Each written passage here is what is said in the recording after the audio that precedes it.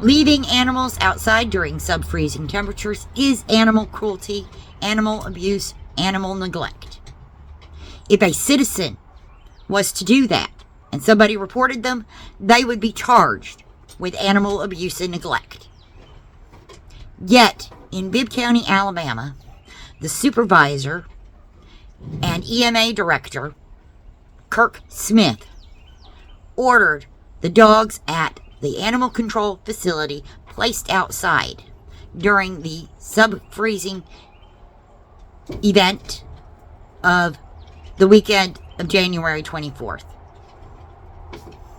We're going to talk about that. Please stick around. We need this video to go viral. Like it, subscribe, share, the whole 9 yards. This needs to go viral.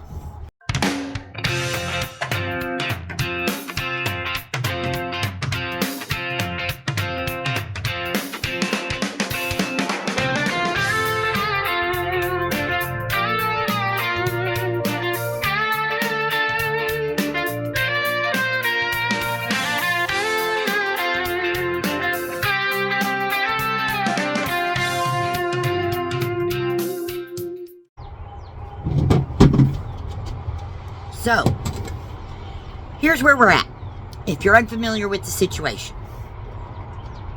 There was an Arctic blast that hit most of the nation on the weekend of January 24th.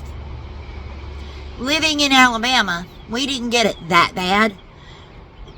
My part of the state had sub-freezing temperatures, but there was no major snowstorm, no ice storm. Everything remained pretty much passable. We didn't have too many problems, but it came to light that the supervisor of the Bibb County, Alabama Animal Control Facility, Kirk Smith, who is also the county EMA director, ordered the dogs. There were only 6. There are 11 indoor cages. He ordered all 6 of them placed outside, and the heat turned on inside to prevent the pipes from freezing. But the 6 dogs had to go outside. Their pens were not protected, and they were left to their own devices. That was on January 24th, which was, I believe, a Friday.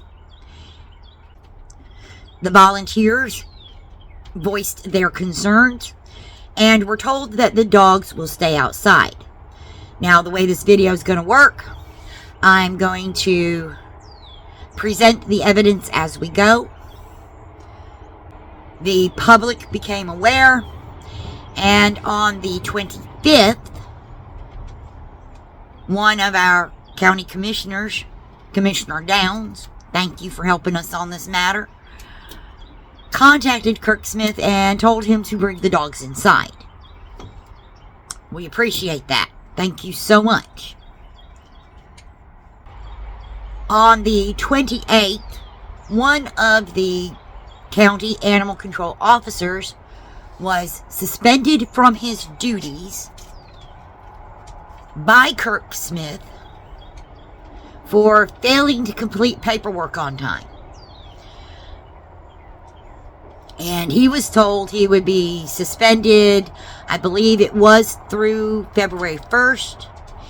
Then that was extended until February 9th at the county commission meeting. Then Kirk Smith summoned the 2 lead volunteers to also attend that county commission meeting. The volunteers feared that they would be told they could no longer volunteer to help the animals. So, out of a matter of public concern, hold on. Trigger, come here. Rojo! Rojo! On me now! Do not chase the cat. Come here. Come here. Sorry about that. Give me a moment. There's my good boy. There's my Rojo. Good boy. Yes, you're a good boy. Thank you. Thank you for coming when you were called. Yes, good boy. I need to talk to the people. Can I talk to the people? Are you gonna let me talk? Are you gonna let me talk to the people? I love you. I love you. Down. Get down. Good boy. Now, if you could sit nicely, I'd let you. Now, where was I? Okay. So the volunteers were afraid that they would be told they could no longer volunteer to help the animals. And of course, everything came to light, and a few of us concerned citizens decided to also attend the publicly held Bibb County, Alabama County Commission meeting. As allowed under Alabama sunshine laws, any member of the public in attendance at a publicly held meeting can ask to speak and record audio of that meeting. I did so. Myself and one other member of the public spoke to express our outrage at the situation. One of the volunteers spoke, and I'm going to include those. I am redacting legal names because even though it is a matter of public record, I don't feel it's appropriate to expose their legal names on the internet. That could lead to doxing. Y'all know my real name is not Kate Bonnie. My legal name is something completely different. Kate Bonnie was a gaming moniker that I started, was my gamer tag, and it became my content creator name. Come here, Triggs. Come around. So I'm going to include the audio here of those public statements. Each of us spoke for 3 to 5 minutes. This is a long video. Please stick around and hear what we have to say. Greetings, esteemed commissioners and fellow citizens. My name is... I grew up in Bibb County and adopted 3 dogs from the animal control facility. For roughly 13 months, I volunteered to groom dogs from the facility, made videos of them, and posted those videos to social media in an effort to help them find homes. A few months in, I was informed that Kirk Smith forbade volunteers from taking videos or pictures inside of the building or of the dogs in the outdoor pens, because that makes the facility look bad. If one thinks something looks bad, it may in fact be bad. In June of 2025, I was contacted by a group of animal advocates that wanted to help improve conditions at the facility. I answered their questions to the best of my ability and spoke about that conversation with my fellow volunteers. A short time later, I was informed that Kirk Smith forbade me from volunteering in the future. This is pertinent as it demonstrates that Kirk Smith has a history of banning volunteers that advocate for the animals or disagree with him. During the freeze event weekend of January 24th, every news station advised the public to bring the animals inside. As EMA Director and Facility Supervisor, Kirk Smith should know that laying an insulator such as straw on the concrete floor of indoor kennels is an acceptable means of protecting them during freezing weather events. Instead, he chose to have 6 dogs at the facility placed outside. In 2022, Simmons and Bonus wrote in the FBI Law Enforcement Bulletin, "Animal cruelty does not occur in a vacuum. It is a predictor of current and future violence." The article notes that the FBI began tracking neglect specifically because neglect indicates a fundamental failure in a person's duty of care. Caviola, Everett, and Faber concluded in 2019 that humans that assign values to other beings based on their species often have a broader, prejudice-prone personality, correlating to less empathy for more vulnerable human groups. Simply put, those that don't value animal lives tend not to value vulnerable people like the elderly or disabled. Kirk Smith chose to leave vulnerable dogs outside during sub-freezing temperatures when at least one better option was available. His actions in this situation demonstrate his lack of empathy and fundamental failure in duty of care. I stand before you today to demand that Mr. Smith be held accountable for animal cruelty and neglect. It is my opinion that his actions should be investigated by law enforcement, and he is unfit to continue supervising the animal control facility. Furthermore, due to the extensively studied and documented link between animal abuse and lack of empathy and propensity of violence towards other people, I have no confidence in Kirk Smith's ability to appropriately respond as EMA Director in the event of a disaster. Finally, I believe the Commission should ask the Greater Birmingham Humane Society or other animal advocacy organization to assist the Commission in evaluating the conditions at the facility and securing public or private grants or other funding to make improvements. Thank you for allowing me to speak my piece. Do the Commissioners have any questions for me? Thank you.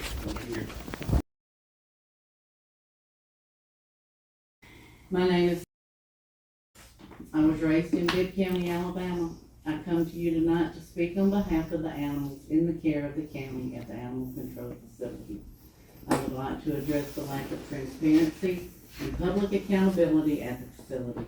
I have serious concerns and questions about the dogs that were euthanized right before Christmas.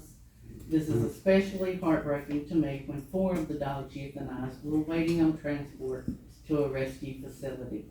It was senseless, careless, and heartless. During the recent freeze warning on January 24th, it came to my attention that the only 6 dogs at the facility were going to be left outside in uncovered pens with only a doghouse for shelter. This would mean that the building would be completely empty and would not be sheltering any animals in the facility. I called Commissioner Matt Downs with my concerns about the dogs, and he informed me a couple hours later the dogs would be brought inside that night. I later learned that the dogs were not taken inside until the next day, January 25th. I would like to thank Matt Downs for his attention to this matter and addressing my concerns on that day. Every news station was instructing the public to bring their pets inside, even our own EMA. I made a comment on the county EMA Facebook page, and I was blocked from the page within about 30 minutes. Turn off comments if you cannot take criticism, but do not block someone from a public government page. I recently learned that the county facility frequently euthanizes feral cats, places them in a freezer, and they are sold to research facilities for $10. The county facility is listed as a registered animal euthanasia facility. If the county or those in charge do not deem this facility a rescue/shelter, then they certainly should not be accepting donations from people that think otherwise. There is very little transparency surrounding this facility. I have heard mention of volunteers wanting to come in and help/volunteer and are denied.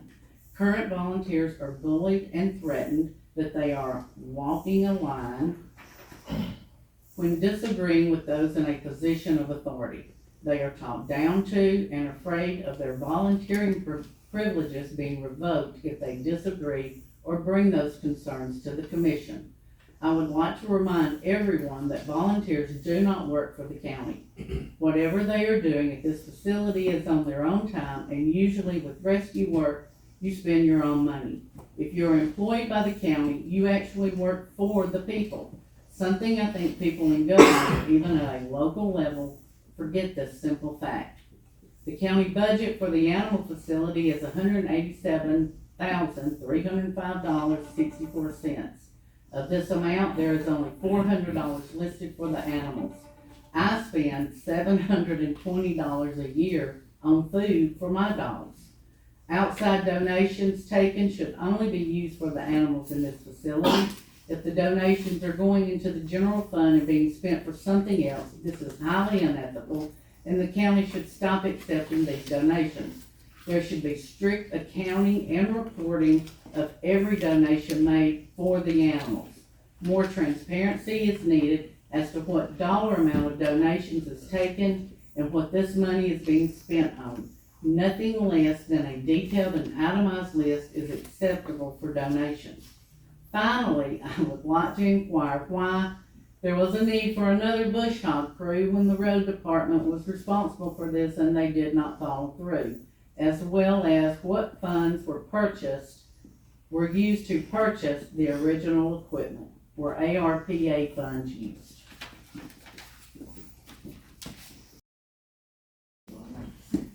Hey, hello, my name is, and I have been a volunteer at the shelter for close to 13 years.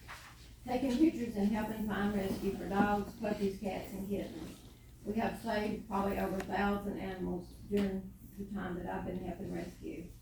For the most part, we watch what we post on the page over the years because most of the guys get blamed for putting animals down instead of the owners that turn them in. A lot of dogs and cats. We have also provided food according to the records provided by Kirk Smith through the animal advocacy. The county has only had to buy food 2 times in 13 years, and now it's 3 times. We know as a rescue that we cannot save all the animals, especially bully breeds, dogs that are aggressive or people aggressive, and we mostly focus on the ones that are friendly to other dogs and people. Recently, we had a meeting with Kurt, and at the end of the meeting, I asked about the dogs being put inside, since we were about to have a very cold spell, and Kurt refused. He said the building was cold as it was outside. When we went by the pound that afternoon to take pictures of a dog and heartworm test it, all 6 dogs were outside. We went inside the pound and there was extra heaters. The cabinet doors were open, there was wires everywhere. The pound, as many times as I've been there, was warmer than I have ever seen it. And I felt in all the years that I've been going there, so I sent a text to Kurt, and I brought a copy of the text for y'all to read.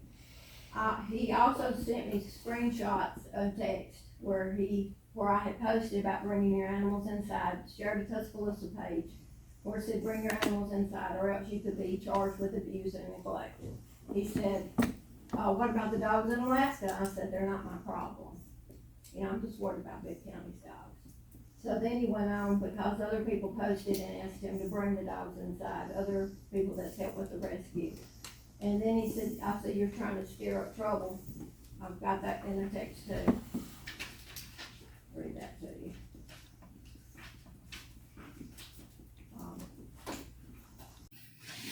And I sent him a list of dogs I said, the working dogs that live in Alaska have double coats if they're kept outside, the Samoyeds, Alaskan Malamutes, the Siberian Huskies, and the Chinooks. He said, continue with negative comments toward the pounds with you telling them the information. We talked about that just yesterday. I can see you're not gonna listen. And I put, yes, we did, and people need to know that you're not willing to help the dogs, and but I see. I realize that I did screenshot that, and I will show you that one too, about the where I had shared it. Please share it and ask everyone to bring their dogs inside the big guilty of abuse and neglect. And I know he's over EMA, and he also posted on the EMA page to bring the dogs and animals inside, but he refused to bring the pounds dogs in. I feel like by sending me these texts that he was trying to intimidate me. I have also been an advocate. I have been an advocate for the shelter and shelter dogs, and we've saved a lot of lives. And I've had concerns in the past, but I kept my mouth shut because I didn't want to be banned from the town like others have been banned in the past. That have talked to animal advocate groups. When the EMA posts on his page about bringing pets inside, but refuses to bring the pet dogs inside to a warm building, and that's what I said in the text message, hey, the building's warm. It seems a waste to have a warm building and the dogs not being inside. I felt like I would, if I hadn't asked him to bring the dogs inside, that I would have been just as guilty as him. I would have felt like I had let the dogs down, and the community supporters that help support us. We have people had asked me, even from up north, what about the dogs? Do they have hay? Do they have straw? And I said, I've already asked, they're gonna bring the dogs inside, but then I'm told, no, they're not gonna bring the dogs inside. So that's my message, no, the dogs are not going inside. So we have a lot of people from up north that watches our community. Well, that's where we send most of our dog rescues is up north. And that's where the ones that were put down were going was up north. And one of them named Barnaby, he was put down that day. And I had to I had to text the guy and say, hey, Barnaby's no longer there. They put him down this morning. So they were very upset and made comments. I think the community employees forget who pays their taxes and their salary. So, I mean, we may be banned after tonight, I don't know, but here is a copy of the text. I don't know if I made 5 copies or not. I made 8.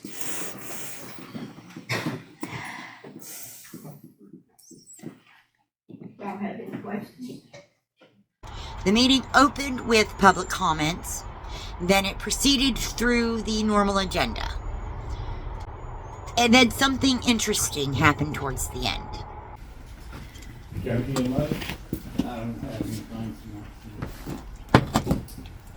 So, the meeting proceeded, and one of the last orders of business is hearing from EMA Director Kirk Smith. I find it interesting that he had nothing to report, even though he summoned, and mind you, at least two of the county commissioners were completely unaware that the volunteers had been asked to attend. The volunteers were not questioned at any point during the meeting, but EMA Director Kirk Smith said he had no business to bring before the commission. Then the county attorney asked for an executive session. Trigger, what? What you got, boy? County attorney? The only thing I have is I would request a motion to go into executive session to discuss the good name and character of an individual.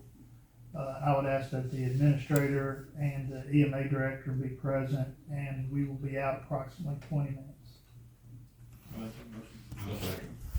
Got a motion and a second. Any more discussion? All in favor? Executive sessions are closed to the public. The only person that was asked to remain in chambers that was not a member of the commission or in direct service of the commission was EMA Director Kirk Smith. The public was asked to leave the chambers and told it would take maybe 15-20 minutes.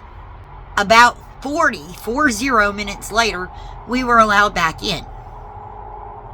The rest of the agenda was completed. Right before the meeting was adjourned, County Commissioner Corbell and County Commissioner Cadell both thanked the public speakers for bringing our concerns before them. Got no old business? You got anything? I do want to thank everybody for coming out and speaking and not being, willing to do that. That's the only way we can get something done is by communication. We're not always going to have the right answers, but we'll try our best to figure out what's best to move forward with the community. I agree with Chad. We appreciate everybody coming out and expressing their opinions, and we want, as a group, we want what's right. We don't want to do something that's wrong, but we want to work with everybody. We appreciate your opinions. No one knows what happens behind closed doors. Now, Kirk Smith didn't say a word to me, didn't say a word to the volunteers. He spoke specifically after the meeting with the county employee that he had suspended. Now, that employee does not want to speak about the content of that conversation, but I did ask him after the meeting if everything was good, to which he said yes.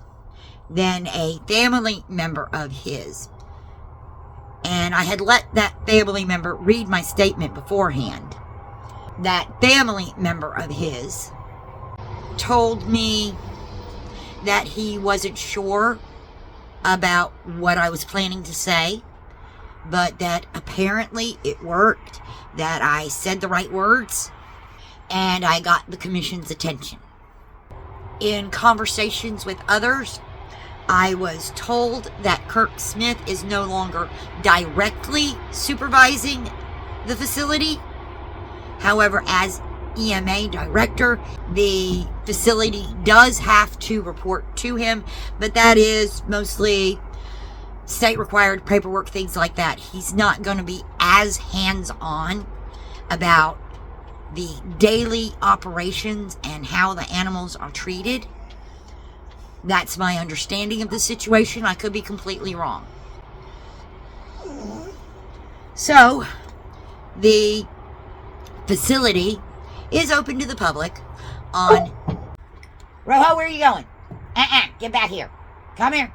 Rojo, leave Possum alone. Come here. So at 3:48 p.m., I was pulling into... Oh, I love you. I was pulling into the facility during... So this would be Thursday, February 12th, to see what was going on myself. I'm editing out my interactions with the county employee that was there, because this has nothing to do with the county employee. He's a working man like the rest of us. Oh, I love you. Oh, I love you. You are too big to fit in my lap. You are blocking. Anyway. Oh, okay. I love my puppy. Rojo. Rojo down. Thank you. And he's a good... He's an honorable person. And I don't want any negativity that may come from my reporting on this matter getting reflected off on him. He was very polite and very professional. I have never been trespassed away from the facility. I was simply told I could no longer volunteer. I visited as a member of the public and exercising my First Amendment rights. I am approaching the facility. It is 3:48 p.m. on Thursday, February 12th. The public hours are from 1 to 5 p.m. on Tuesdays and Thursdays. This is the facility. I'm just here to look around. And let's see how this goes.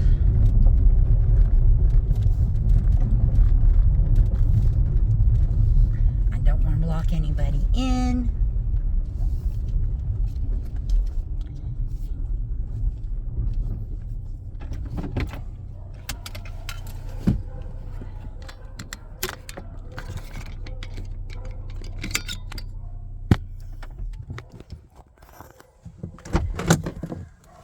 I'm going to start by peeking around the corner and seeing if any of the workers are there.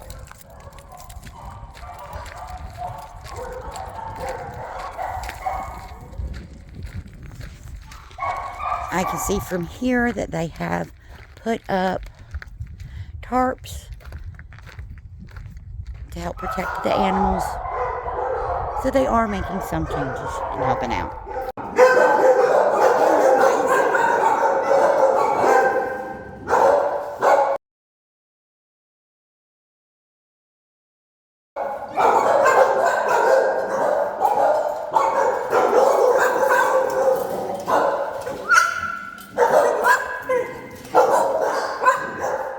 Hi there. Hi there. Oh, look at you guys.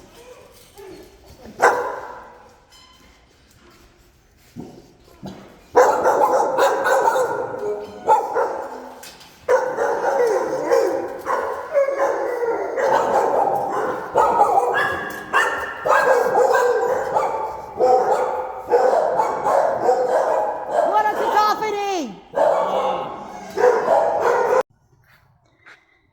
Now currently, you can see the doors are open. There are 10 animals inside the facility. No animals in these cages. You can see where they have added, run into the outdoor, they have added heat sources. Looks like they're all on extension cords in series. It's not an ideal situation. But once again, there are no animals outside at the moment. So they are being cared for. They are being kept inside. The only issue here really that I am seeing, it's not an ideal situation. If they had reached out to the community and dogs had to be outside, if they were at capacity, 40 dogs here, and they needed, instead of just putting up tarps, the community could have donated old styrofoam coolers. Those can be cut into panels, strapped together with zip ties, and create a better insulator than just the tarps. You still put the tarps over it, but it would help. And there's community support from the public, but with this being such limited such limited hours of operation, a lot of people cannot volunteer during those times. People cannot come out. Basically, y'all, we need help. We need help organizing a community humane society to partner with the facility and improve the outcomes for these animals. The door to the cat room was closed.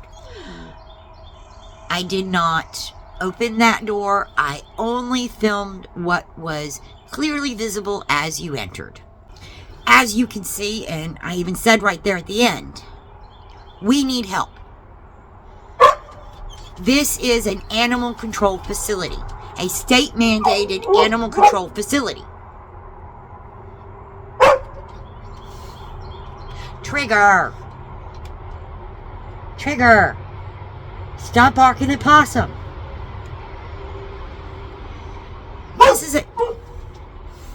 This is a state-mandated animal control facility. Their mission is to capture strays at large, accept owner surrenders, and provide for the public health by aiding in prevention of the spread of rabies. I do not have the numbers, but the majority of animals that enter the facility will be euthanized unless the volunteers take pictures and through social media and coordinating with rescues, pull the dogs out of there. That is the reality of the situation. What we are concerned with is how those animals are cared for while they are in the custody and care of the county. If an animal has to be there for a minimum of 10 days, during those 10 days, they should not suffer. And they should not be put out in the cold, sub-freezing temperatures. That is unacceptable. Anything beyond state-mandated care must come from the community. And we have issues. The facility is only open from 1 to 5 p.m. on Tuesdays and Thursdays. That is a very limited time where the volunteers can come in. Due to liability issues, the volunteers are not allowed to be at the facility without the presence of a county employee. The animal control officers have to go out and catch animals at large. They have other duties within the county. They cannot be at the facility 40 hours a week. A lot of the people who want to volunteer and a lot of the people who want to adopt animals, well, they can't show up during those times. And we also had a situation last summer where a gentleman's dog was picked up roaming at large.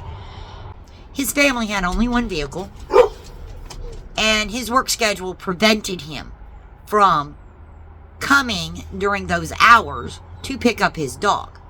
It took him 2 weeks to get his dog back. I don't know. The gentleman said that the dog was lively and playful when he was picked up. 2 weeks later, he brings him home.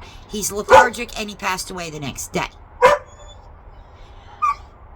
I don't know if maybe he picked up a disease from another animal at the facility. Most of those animals are unvaccinated while they are there. They are vaccinated before they go home with someone. But it's also common for dogs to go lethargic because they're in a strange place and it's a stress response. So I don't know the details of why the animal passed. I just know that it shouldn't have taken the man 2 weeks to get his dog back. We have situations like that occur far too often. Mostly because public access, there's just not the public access that we need.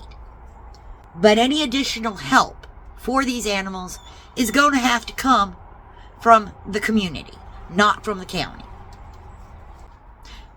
We, the concerned citizens, believe the best way to proceed is to form a Bibb County Humane Society. But we will call it Bibb County, Alabama Humane Society because there's also a Bibb County, Georgia, and I think they've already got one. But we need help doing that. None of us have ever engaged in that level of community organization. At this time, we do not have a 501c3 charity set up. So in order to get this done, we're going to have to engage attorneys, hopefully pro bono. Oh, there's just so much. And none of us have any experience with this. So if you happen to work with Greater Birmingham Humane Society and you can offer us some guidance and help us out, that would be greatly appreciated. If you just want to help the animals monetarily, the issue at hand is monies that are collected through the facility are considered income, county income, and they get added to the county general fund. We want to see that changed. The lead volunteer who spoke at the meeting, SaveTheBibbFurBabies@gmail.com. That is the email she has set up. That is the PayPal she has set up and she's been using it for 10 years, 14 years, something like that.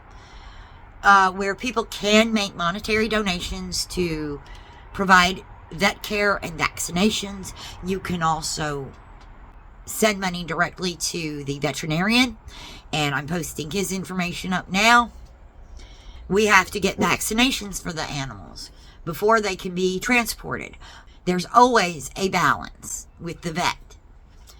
Those are the only two ways that you can help out right now, at least monetarily. And we're going to see where it goes. Thanks for sticking around. I know this is a long one. I appreciate your support. Please, please, please subscribe to the channel and turn on your notifications. And hopefully the algorithm will let you know. I will keep you updated as often as I have new information. You know, spread this video, go viral. We need help.